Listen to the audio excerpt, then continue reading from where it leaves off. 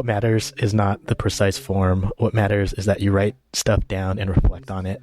Results from today, ideas from tomorrow, goals for next week. A notebook works like a map. It creates clarity. That's the end of the highlight from The Little Book of Talent, 52 tips for improving your skills. I wanted to start the video with that because I want this vlog to be my notebook for learning Blender. The goal is each week I'm going to talk about what I made in the past week and then ideas for the next week. Goals for the next week. This will be that notebook, and I'm going to share 3 highlights from 3 different books. The Little Book of Talent by Daniel Coyle, The Practice by Seth Godin, and Show Your Work by Austin Kleon. Quote from The Little Book of Talent. This is a nice book. It's 52 tips, so kind of 1 tip each week. I guess I could go 1 a week, but let's just start with 3, and I'll just go in the order of the book. Tip number 1, so this is the first chapter. Each chapter is about 2 pages. Here's the highlight. Tip number 1, stare at who you want to become. Think of your windshield as an energy source for your brain. Use pictures. The walls of many talent hotbeds are cluttered with photos and posters of their stars, or better, video. One idea, book a few YouTube videos and watch them before you practice or at night before you go to bed. The windshield, that's on the highlight. The windshield here is... in this book, it's like creating this windshield, creating opportunities to watch people at a high level do what they do. And the great thing, as mentioned, he says bookmark a few YouTube videos. And the good thing with Blender or like 3D or art in general, or especially like digital art, people are sharing that all the time online. You can watch experts, and even better thing is you can watch not only experts, but people at different levels. So you can see someone just a little bit ahead of you, and that can be inspiring and helpful because they're going through the same, like they recently went through the same challenges you did or that you're going through as you're learning. So I'm brand new to Blender, and it can be cool to see someone like at the highest level, and it's great when they're able to teach, and they've been able to teach a bunch of people. So that's what's been helpful for me. I started going through a course, and that's where I made this. The first lesson was great. It's like, make this Minecraft set of columns, just master those fundamentals. But just kind of like focusing on this tip, stare at who you want to become. That's what I've been doing. I've been trying to subscribe to more Blender channels, listen to Blender podcast episodes, and some podcasts completely dedicated to Blender, and just watching people use it, listen to them talk about it, understand. It's helping me understand a little bit better the possible paths and what I should be trying to learn now, completely new to Blender. And I'll move on to tip number 2. Spend 15 minutes a day engraving the skill on your brain. Here's the quote. The key to effective engraving is to create an intense connection, to watch and listen so closely that you can imagine the feeling of performing the skill. For physical skills, project yourself inside the performer's body. Become aware of the movement, the rhythm. Try to feel the interior shape of the moves. For mental skills, simulate the skill by recreating the expert's decision patterns. That's the end of the highlight. And this is kind of how to watch those experts, what to pay attention to. Something I saw was that, I forget if it was in this book, but it was this idea that when you're watching someone and you're thinking about how to sort of like mimic them, or there's so many things that you could try to copy to learn as you're watching, but you want to try to like focus on the specifics of, especially right now, I'm just trying to learn sort of like the technical aspects of Blender, just like even how to navigate in the tool.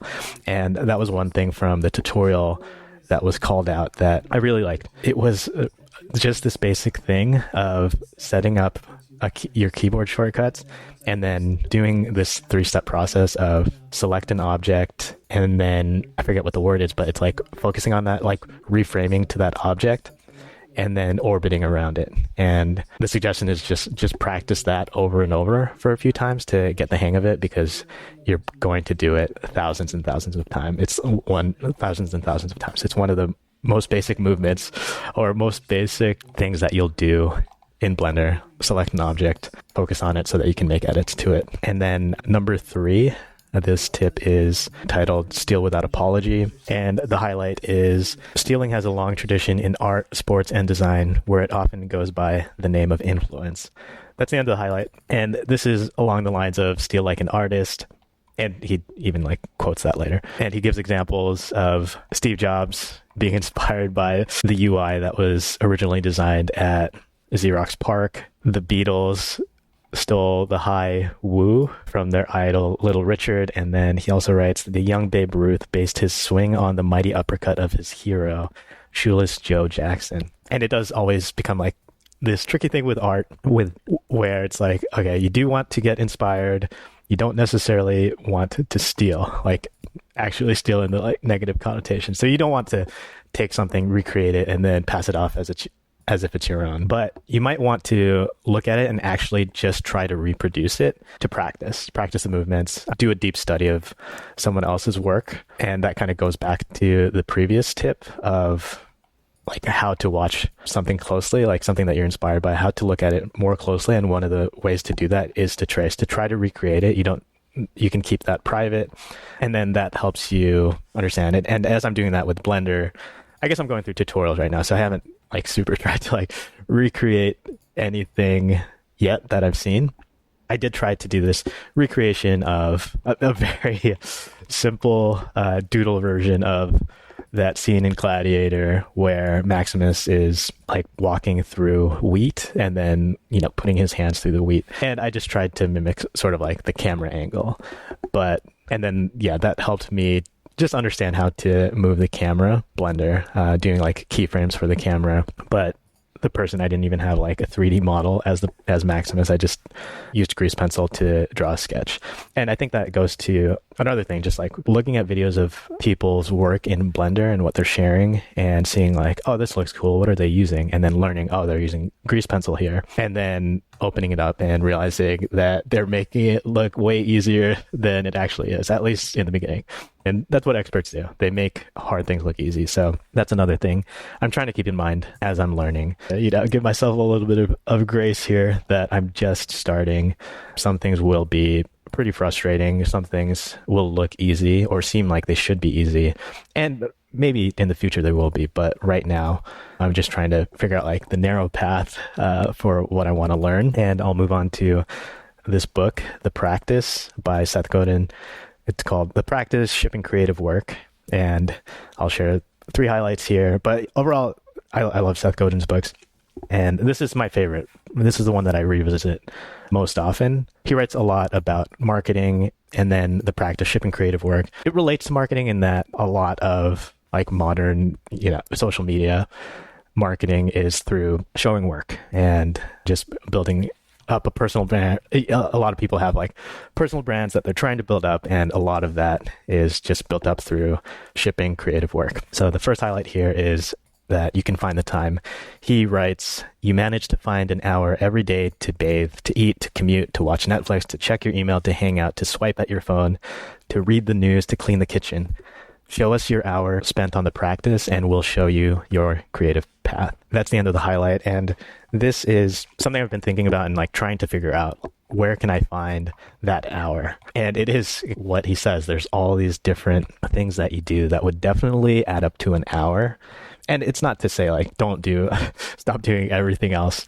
This week, I actually have found an hour on most days to play with Blender and then make a YouTube short. But also this week, I started to break some of my workout streak that I had going for the past few months. I've been working out 5 to 6 days a week, and I didn't miss 2 days in a row actually.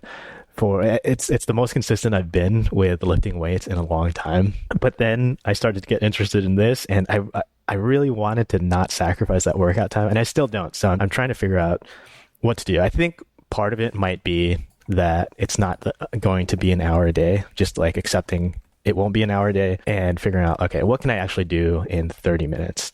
Where can that come from? And I know a lot of the time is just lost in what I really want to get rid of is the time that is lost just in transition time, where I've finished doing something else. Like I finished eating and I was planning to work out after eating, but instead now I'm going to spend 10 minutes on the couch watching videos, just scrolling on my phone. And then that can always stretch out. That's always the thing. The good and bad of starting something is it can always stretch out. Like once you start, it's easy to stretch things out. The bad part is if you start scrolling on your phone, that can stretch out to half an hour, an hour. The good part is using that in the same way. Like I know that if I start my workout, and plan for 30 minutes, then that can stretch to 45 minutes if I want to do a longer workout. But if I start it, I know that I'll likely be able to hit like my 30-minute goal. Same thing.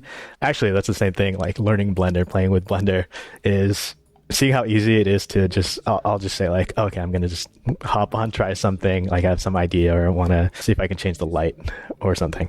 And that stretches out because it should be something that's like, even like maybe a minute, I'm thinking like, oh yeah, it would look cool if I just like toggle this setting. And then that stretches out to like 10 minutes because I actually can't remember where the setting would be. And then that turns into 30 minutes and then an hour. And then I'm not working out anymore. But yeah, what I want to do is find the time, figure out like the block of time, get a good sense of like what I can actually accomplish in 30 minutes. And then try to do that daily or on most days. Okay, the second highlight from the practice: flow is a symptom. Seth Godin writes, if we condition ourselves to work without flow, it's more likely to arrive. It all comes back to trusting ourselves to create the change we seek. We don't agree to do that after flow arrives. We do the work whether we feel like it or not, and then, without warning, flow can arise. Flow is a symptom of the work we're doing, not the cause of it. That's the end of the highlight. That's one of my favorite things from this book, is this idea, just reversing this belief that is pretty popular and that I've definitely had and sometimes still kind of like fall back to, is this idea that I need the perfect situation to get into flow, and even that I need flow to get good work done. Plenty of good work around the world happens with people who are somewhat distracted, but they do the work anyway, or by people who are not motivated, they do the work anyway. And eventually, sometimes they do get into flow. But it's this idea that instead of needing to get into flow to do the work, it's you do the work to get into flow. And that relates to this previous highlight where I was talking about Blender being like such a slippery slope that, and it's a nice thing too, is you can kind of quickly get into flow. That's what I felt. Maybe it's just because I'm excited and it's new to me. But I usually come in with like some problem in mind of, oh, I want to do like this specific thing. Now let me try to get to that. And then it creates a nice feedback loop. And then that helps to get into flow. And then number 3, also because it uses like computer resources, that I don't know, not that it's like slowing down my computer too much when I'm browsing, but I felt the pull a little bit less. Like I'm a little less distracted, where with something like writing, I'm always thinking like, oh, I need to go like reference, grab a quote or like look something up. With Blender, especially with a tutorial, that's not on YouTube. YouTube has a lot of great tutorials, but I'm doing the CG Fast Track tutorial, and then just following that, I know like if I need to go look at how to do something, it's just in the same video. I don't have to leave that video to go try something. And then the third highlight from the practice is about constraints. He writes, all creative work has constraints because all creativity is based on using constraints to find new solutions. That's the end of the highlight. And constraints are important right now. As I'm learning, I'm a beginner. I guess they're always important, but the way that I'm thinking of constraints is, one of them is, as mentioned, just being constrained on time. And like I said, 30 minutes, what can I do in 30 minutes or 45 minutes? What I'd love to do is get to where I can do something in Blender in 30 minutes and then spend 15 minutes sharing it. So that's kind of the constraint there. And that does mean eventually that it will have to be something fairly constrained. So a person that I've really admired and been inspired by is Jack Butcher. So he does have a YouTube channel, but he also has, I think he got big first on, maybe it was Instagram. I definitely found him through Twitter, Visualize Value, where he was posting quotes from like Naval Ravikant, and then there were some from like Marcus Aurelius, and then the quotes became broader and broader. And he would always do a black and white illustration, and it was always black background, white shapes, and then sometimes he would put the quote directly on the image, sometimes he wouldn't, and he would just share it with the tweet.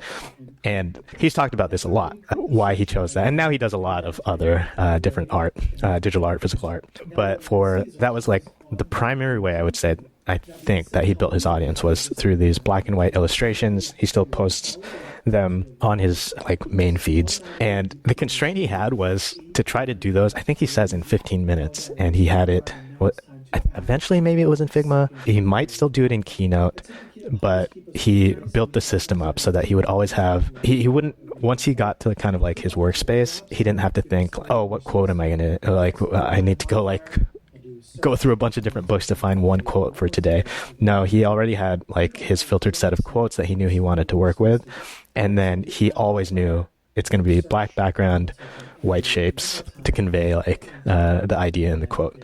So figuring out the constraints, that's going to be something that I'm working on. And then I'm just also the other way that I'm using constraints, or I'm limited by constraints, is I don't know how to use Blender. So I can't do that much right now. And it's why I'm trying to learn so that I can kind of like extend the range of what I can do and then build things within other constraints.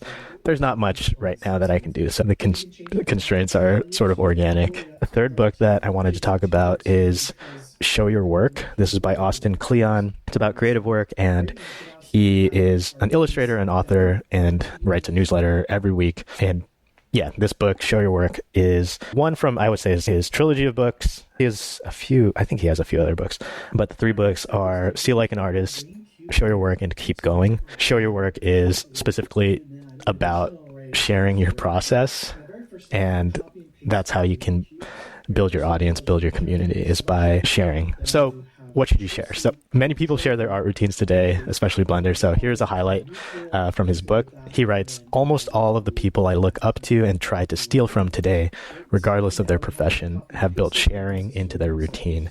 That's the end of the highlight. That's what I want to do. I want to have this routine of sharing as I'm learning. And I've wanted to do that for years. Like I read this book the first time.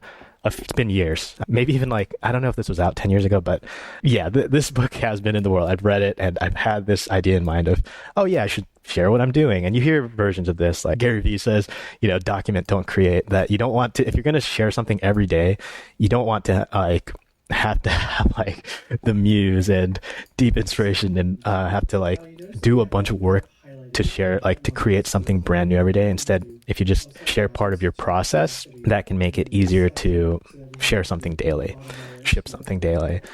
The problem was there was like nothing to document. I was like kind of like document the documenting, and then you get me talking about like making, I don't know, there was nothing really to share. There was no routine. There was no process to share.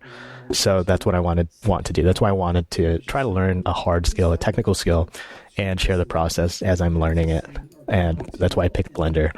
I can go through tutorials, share what I'm learning, make some modifications to the like tutorial project, and then share that, and just continue to share as I learn until I get to some level where I can start to build original stuff. And then hopefully I could, maybe it's a year, maybe it's a few years, maybe it's months. I don't know how long it will take, but to the point where I can have some original project that I can share the process from each day. The next highlight here is about like, what should I show anyway? And here's what Austin Kleon writes. He says, once a day, after you've done your day's work, go back to your documentation and find one little piece of your process that you can share. Where you are in your process will determine what that piece is. If you're in the very early stages, share your influences and what's inspiring you. If you're in the middle of executing a project, write about your methods or share works in progress. If you've just completed a project, show the final product, share scraps from the cutting room floor, or write about what you learned. And that's the end of the highlight. This is what I'm trying to do pretty much with my shorts, with this vlog. As I'm going through the tutorials, as I'm playing with Blender, I try to remember to like open up OBS and then just record my Blender screen. Then also I'm trying to remember, not all the time, but sometimes I'll set my camera up just to record me at the computer. The OBS recording is nice because then I can kind of like just go back if I like oftentimes, because there's so many settings, I'll try to experiment with something and then change some setting, change a few things, and then I actually like have a hard time reverting back to where I was. And then I realized like, oh, I should have saved a copy at that point, but I didn't think it was a big deal. And yeah, if I just go back through this highlight, where am I in this process? So in the very early, I am in this thing where it's the very early stages. So he suggests share your influences and what's inspiring you. Definitely there's the like donut tutorial, which I haven't gone through, but I have listened to a bunch of episodes from the Andrew Price podcast, and he has a couple episodes just about like things for beginners. I think maybe even like one of the first episodes, but he breaks down, and it kind of inspired this podcast episode. He breaks down learning Blender in the same way. And the book he talks about is Tim Ferriss's book, The 4-Hour Chef, which is about learning and how to learn. And he walks through this hypothetical thing where if you're a teacher, and he teaches people, he is a teacher, he teaches Blender. And someone said, you have a student, they're going to compete in something 4 weeks from now, and you want them to be like the best at some skill.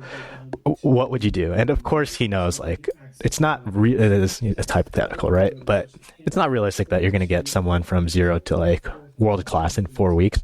But gun to your head, what would you try to do at least? And then he breaks that down, suggests don't start with the most popular thing. He says like the most popular thing, if you're going to share work online, like 3D work, it's going to be character work. But that's also some of the hardest things to like, that can be like a very hard thing to learn, because a lot of that can be like soft skills. It's a lot of soft skills, or not soft skills, but more of the non-technical parts of the art, and also the very technical parts of the art, like the technical 3D things. Instead, he talks about, like learning the basics of the software, learning lights, learning to render quickly to cut down the feedback loop, and things like that. So that's something that's inspiring me. Then another person is Dedouze. I might be pronouncing that wrong, but it's Dedouze. I would see his shorts where he's using grease pencil. So that was one of the first, and this is probably from last year or 2 years ago where I saw that, and I was thinking like, oh, it would be really cool to learn Blender, to learn like this specific tool. But then I would pick it up and then I didn't learn it. Pick it up and then I didn't learn it. But really cool work there. And then there's also this vlog called by Will Gibbons. He says, the title is I Spent 100 Days Learning Blender. And this is actually what got me to buy the CG Fast Track tutorial. But he talks about going from day 1 to day 100 and sort of like his lessons in that time frame, what he learned, what he would do again, what he would avoid. And he was coming, and it was interesting to hear because he's coming in experienced with other 3D tools, but even he was intimidated by learning Blender initially. And just seeing someone go like have that same challenge, that's something that I'm facing right now. Is like, well, I know how to use like, I guess, 2D software. I know how to design UIs, but I'm so intimidated by Blender. Like anytime I open it up, it's felt intimidating. So to see him and then see the progress that he made in 100 days was pretty cool. And it was, again, the reason I bought this tutorial. And then I guess that's good. Rule of three, those are three things inspiring me right now. Then last highlight from Show Your Work is about people who share your interests. The idea is share your work to find them. So he writes, this is Austin Kleon writing, or imagine something simpler and just as satisfying. Spending the majority of your time, energy, and attention practicing a craft, learning a trade, or running a business, while also allowing for the possibility that your work might attract a group of people who share your interests. That's the highlight. And I guess I'll just close with that's why I'm trying to do this like podcast vlog, like a longer form thing, is to share my work, share my thoughts here. I'm making some shorts to share the process as I go along, but hopefully this is at least like a deeper look into the thought process of why I'm doing this at all. And maybe some people out there trying to learn Blender also will follow along as I learn this. Thanks for checking this out.